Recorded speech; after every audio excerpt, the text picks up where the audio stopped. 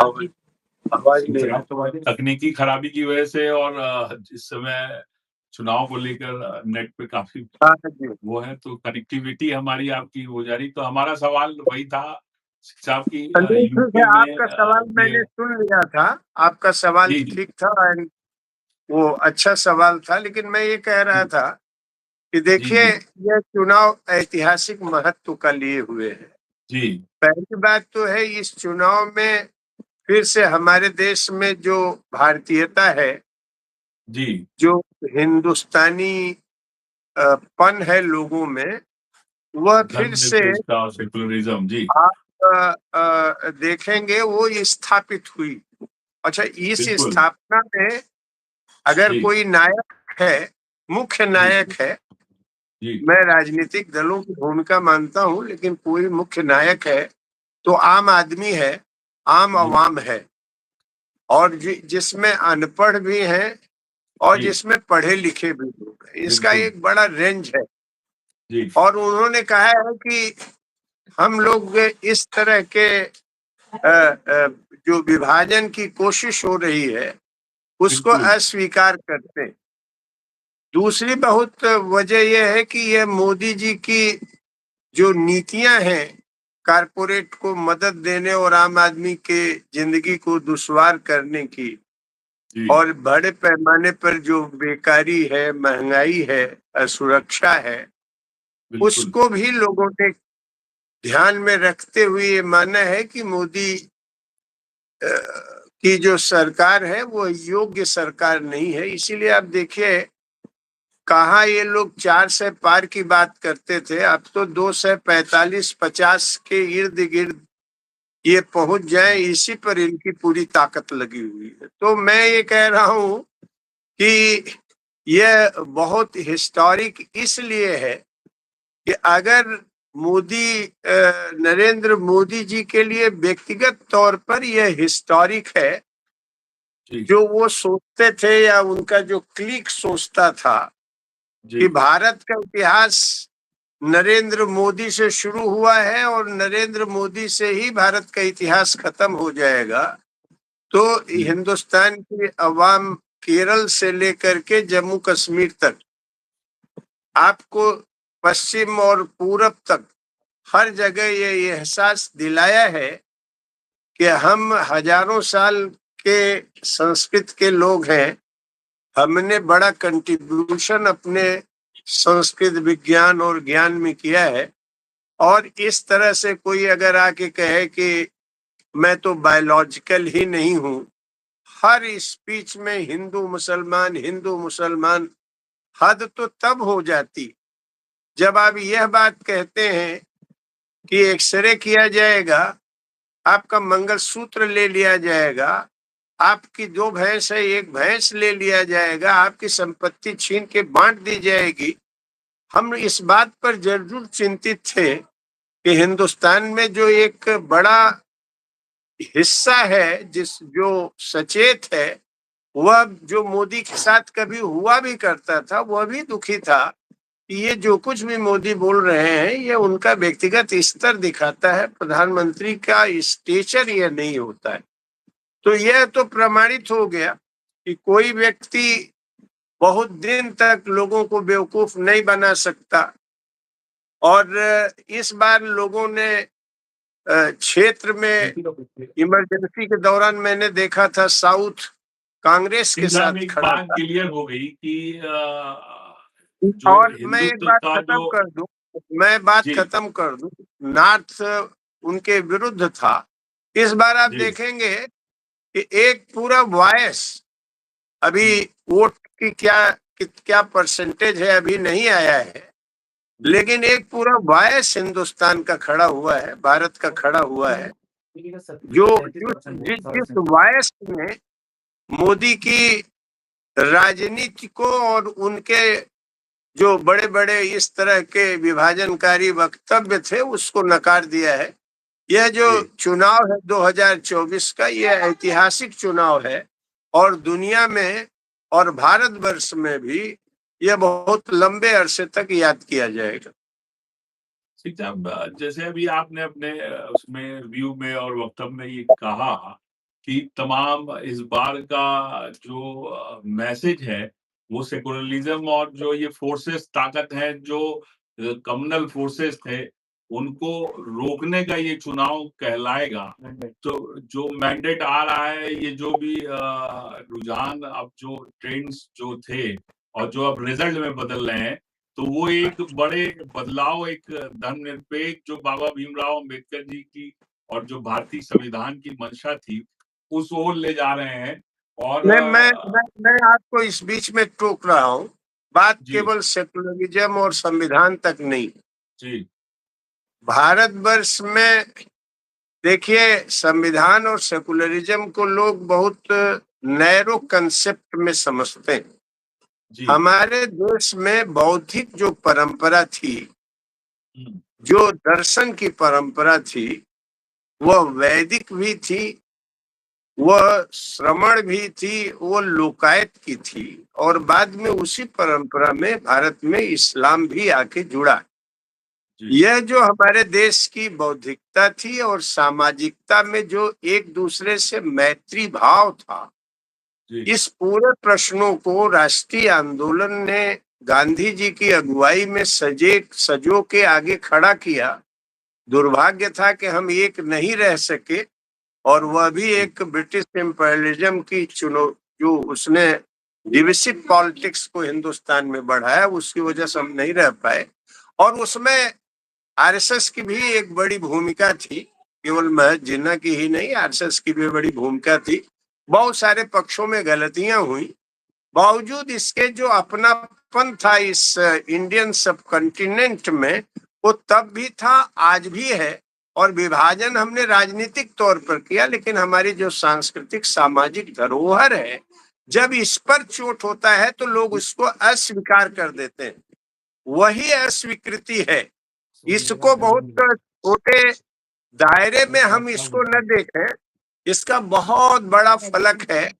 इसीलिए मैं इसकी ऐतिहासिकता कहता हूं। और दूसरा प्रश्न यह है कि यह भी लोगों ने कह दिया, यह जो हमारे मॉडल हैं डेवलपमेंट के, जिसमें बड़ी सड़कें हैं, ये सब ठीक है, लेकिन बुनियादी प्रश्नों को छोड़ के, जैसे हमारी कारीगरी है, हमारी खेती है, हमारा अपना हुनर है, हमारा उद्योग है, हमारे लोगों को रोजगार का सवाल है, महंगाई पर नियंत्रण करने का सवाल है, ये सब प्रश्नों से लोगों ने देखा कि इस मॉडल में ही कुछ बुनियादी कमी है। इसलिए उन लोगों ने मोदी के तमाम कोशिशों के बावजूद, नरेंद्र मोदी जी ने हर तरह का प्रचार का जो नॉर्म्स डेवलप किया, वो बहुत ही खतरनाक था। लोगों का जो सामूहिक विजडम था, कलेक्टिव विजडम था, वह राइज किया है अपनी हिस्टोरिसिटी को देखते हुए, और अपने एक इंडिपेंडेंट एक इकोनॉमिक पॉलिसी, सोशल पॉलिसी के लिए। तो इसका फलक बहुत बड़ा है, और उसको केवल कुछ पार्टियों तक, कुछ जगह तक उसको न रिड्यूस किया जाए। इस बड़े फलक को देखते हुए भारतवर्ष में एक नया युग का पदार्पण होगा, और नए ढंग से भारत की राजनीति फिर से व्याख्यायित होगी, नई सैद्धांतिकी बनेगी, एक नया थ्योरेटिकल वर्क होगा। यह काम इस चुनाव ने किया, इसका बहुत बड़ा फलक है, इसको समझने की जरूरत है। नहीं, नहीं, बिल्कुल जो रुझान या जो रिजल्ट आ रहा है और एक्सपेक्टेड है कि ये एक नए युग का पदार्पण आप कह रहे हैं और एक नई शुरुआत आप बता रहे हैं। अ, लेकिन जो हिंदी भाषी बेल्ट था, पहली बार इतना उथल-पुथल जो यूपी में हो रहा है, लेकिन एमपी में तो पूरी 29 जो सीटें हैं सिंह साहब, वो पूरी क्लीन स्वीप कर रही है भाजपा और 29 पे आगे चल रही है। तो जो ये बातें हैं विज़डम वाली, जो बातें देश की भलाई के वाली हैं, ये बिल्कुल अब की उल्टी नज़र आ रही हैं कि जो जहाँ पे चलनी चाहिए थी, जो जहाँ पे नहीं चलनी चाहिए थी, जो यूपी गढ़ था वो पूरा ढह जा रहा है, और जो गढ़ नहीं था वो वहाँ नया तैयार हो रहा है, और जो मैंडेट चारों तरफ से आ रहे हैं वो साउथ से भी कुछ बेहतर अब भाजपा के लिए आ रहे हैं। तो तमाम तरह से तो लगता है कि कुछ एक नया जो पूरा देश की एक मंशा है, वो एक नए तरफ, एक नए राह पे चल रही है। इसको समझना पड़ेगा हम लोगों को। आप जो अभी अलायंस मैं होने वो जा रहा है, तमाम तरह मैं के जो नहीं, मेरा ये कहना है इस हॉर्स बारे में भी। ट्रेडिंग शुरू हो गई है एक तरह से अभी, क्योंकि वो मैंडेट ठीक है, क्लियर नहीं है और वो मैं आपको, हंग त्रिशूल सुनिए सरकार का ब बनने का क्या वो आसार ठीक है, नज़र आ आप रहे ये हैं। क्या, तो इस पे सुनिए क्या मैं ये विचार? कह रहा हूँ, नहीं मैं विचार आपका जो सुना हूँ उसमें मैं आपसे फिर बता दूं। देखिए साउथ में और यहाँ पर बीजेपी के जितने भी क्लेम्स हैं जी, वह एमएलए बनने और इसी आधार पर उन्होंने 4 से पार का किया था। कर्नाटक में भी बहुत सारा वहां भी जद्दोजहद है और वहां भी देखिएगा कि 10 के पार या 10 के अराउंड इंडिया का पहुंचना, जहां जीरो पर थे लोग, ये बहुत बड़ी बात है। आप आंध्रा में बीजेपी जो कह रही है, टीडीपी स्वाभाविक मित्र भाजपा के नहीं। जैसे नीतीश भी अगर आप देखिए नेचुरल फ्रेंडशिप भाजपा के साथ नहीं है, अपनी वो इंडिपेंडेंस बनाए रखना चाहते हैं। हालांकि ये अलग बात है कि एक बड़ा अवसरवाद भी किए हैं। तो यह जो राजनीतिक दल अपनी इंडिपेंडेंस बनाए रहते हैं वो जनता के मूड को देखते हैं।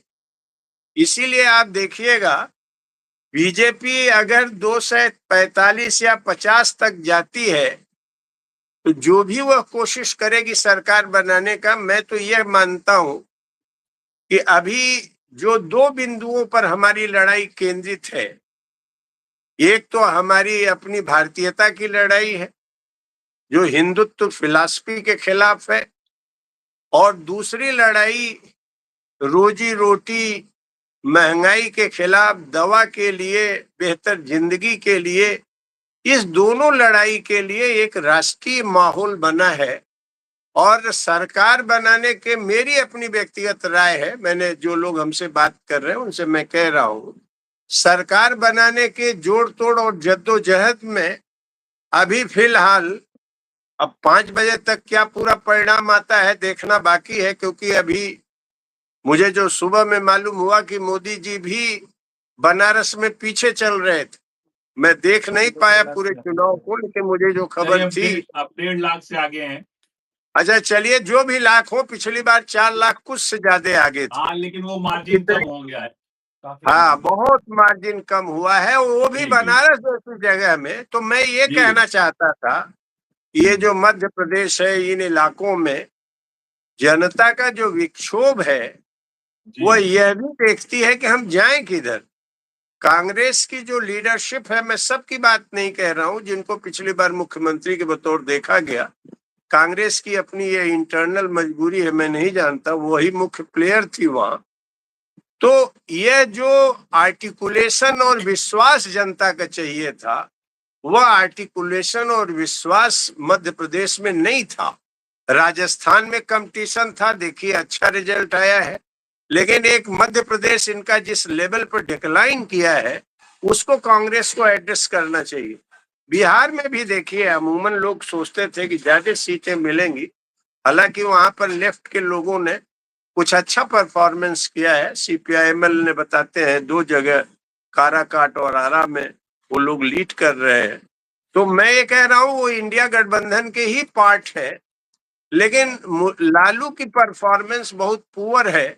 और मैं ये समझता हूं कि तेजस्वी ने जरूर वहां कुछ मुद्दों को, रोजगार वगैरह को उठाया था, लेकिन जो एक जिस ढंग से आरजेडी ने वहां फैसला लिया, यहाँ तक कि पप्पू यादव के लिए सीट तक नहीं छोड़ा, जबकि मुझे अभी खबर है कि पप्पू यादव जीत रहे हैं, या लेफ्ट के जहां सीटें थी उनको जो टिकट देना था। तो बहरहाल कुछ पॉलिटिकल जजमेंट में अवसरवाद और एरर रहा है, जिसकी वजह से मध्य प्रदेश या इन जगहों पर हम उसका बेसिकली जो जनता की आकांक्षा थी, एंटी आरएसएस एंटी बीजेपी, उसको इंडिया गठबंधन, अभी इंडिया अभी ब्लॉक के बतौर देखिए बहुत खींचतान के दौर से चला है और ब्लॉक के बतौर अभी उभर भी नहीं पाया है।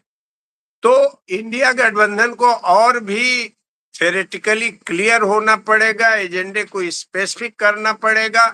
अगर ये मध्य प्रदेश में कर लिए होते तो एक वहां भी परिस्थिति अलग होती। बहरहाल मैं अंतिम बात जो कहना चाहता हूं, उत्तर प्रदेश दरअसल यहां अगर यह मूड बदला है तो यहां मोदी का, योगी का जो मॉडल था, जो बुलडोजर मॉडल था, जो एक हिस्से के समाज को डिह्यूमनाइज कर रहा था, जो यह सोचता था कि हम लोगों को राशन दे देंगे 80 करोड़ को, कुछ हम उनकी योजनाएं ला देंगे, कुछ घर बना देंगे, कुछ सिलेंडर दे देंगे, उससे बेवकूफ बना देंगे।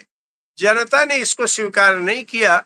और यह चुनाव के पहले हमारे जितने भी वीडियोस थे उसमें मैंने कहा था कि बीजेपी की राजनीतिक हार हो चुकी है, और अगर वो जोड़ तोड़ करके सरकार बनाते हैं तो आने वाले दिनों में जनता का जो विक्षोभ है वह एक बड़े संवाद और बड़े परिवर्तन का कारण बनेगा, जो भारत के हित में होगा। तो मेरी टिप्पणी फिलहाल इस चुनाव के बारे में आपसे बात करते हुए अच्छा लगा। इतनी ही मेरी टिप्पणी इस चुनाव के बारे में अभी फिलहाल है।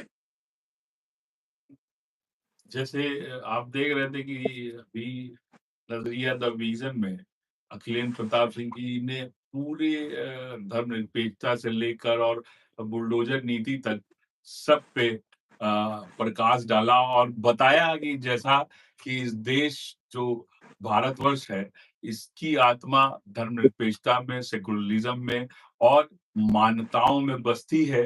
तो हम धन्यवाद करते हैं सिंह साहब का कि आपने इतने सुंदर सुंदर तथ्य हमारे सामने रखे और अपनी विचारधाराओं से हमको अवगत कराया।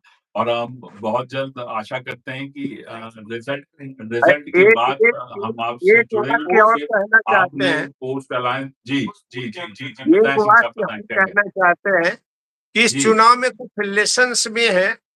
वो जी लेसन्स बिहार के लिए भी हैं, दिल्ली के जी लिए भी।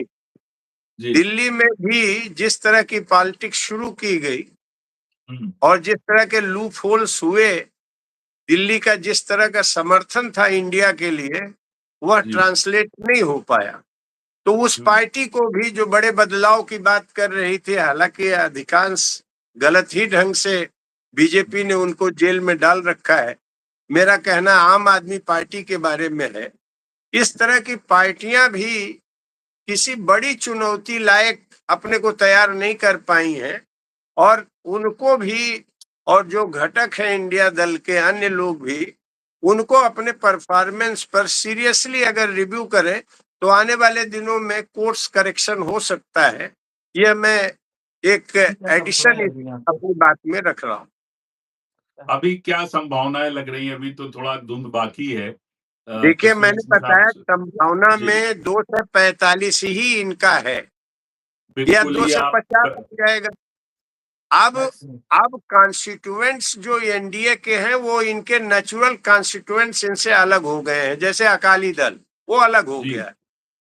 जी आप जानते हैं चंद्रबाबू नायडू कभी जी सेकुलर फोर्सेस के लीडर थे, तो जी नेचुरल ढंग से इस चुनाव में भी चंद्रबाबू नायडू ने आंध्रा की जनता से माफी मांगा कि मेरा बीजेपी के साथ, खास तौर पर माइनॉरिटी से उन्होंने कहा कि मेरा बीजेपी के साथ कोई वैचारिक सहमति नहीं है, एक खास परिस्थिति में मेरी एक टैक्टिकल अंडरस्टैंडिंग है। और जी यही बात नीतीश के लिए भी है। तो मैं ये जी कह रहा हूं कि जो इनके अभी घटक हैं या जो फोर्सेज हैं, सरकार जी बनाने के लिए अगर इंडिया गठबंधन भी क्लेम करेगा तो उसको इजीली खारिज नहीं किया जा सकता। यह अलग बात है कि सबसे बड़ी पार्टी 240 से 50 के बीच में जो भी उसकी सीट आती है बीजेपी क्लेम करेगी, लेकिन घटक दलों में भी बड़ा मंथन चलेगा कि बीजेपी के साथ चला जाए कि न चला जाए। यह भी एक मौका है। तो सरकार के बारे में अभी बड़ी फ्लूइड सिचुएशन है, लेकिन मैं ये मानता हूं कि हमारे जो प्रयोग रहे हैं बीपी सिंह के जमाने में या देवगौड़ा के जमाने में, उस तरह के प्रयोगों में जाने से बेहतर है कि थोड़ा और भी हम लोग तैयारी करके आने वाले दिनों में, एक जो जनता की आकांक्षा है कि हम नीतियां बदली जाएं, संवाद आए, तो जो पीपुल्स एनर्जी है उसको जनरेट करने में अगर जोड़ दे विपक्ष, तो मैं समझता हूं वो बेहतर होगा। नहीं, तो अच्छा संदेश आपका। मैं ये इतना ही अभी फिलहाल इस पर समझ पा रहा हूं, लेकिन इंडिया गठबंधन के लिए भी सरकार बनाना ओपन है, क्योंकि अगर बीजेपी 272 नहीं पाती है तो अन्य घटक दलों पर करेगी, और वो अन्य घटक दल आमतौर पर बीजेपी के साथ वैचारिक रूप से सहमत नहीं।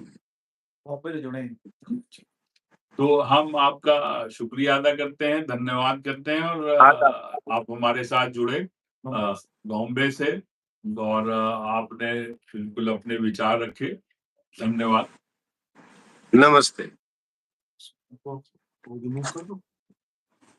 और वो उनको दूसरे को पकड़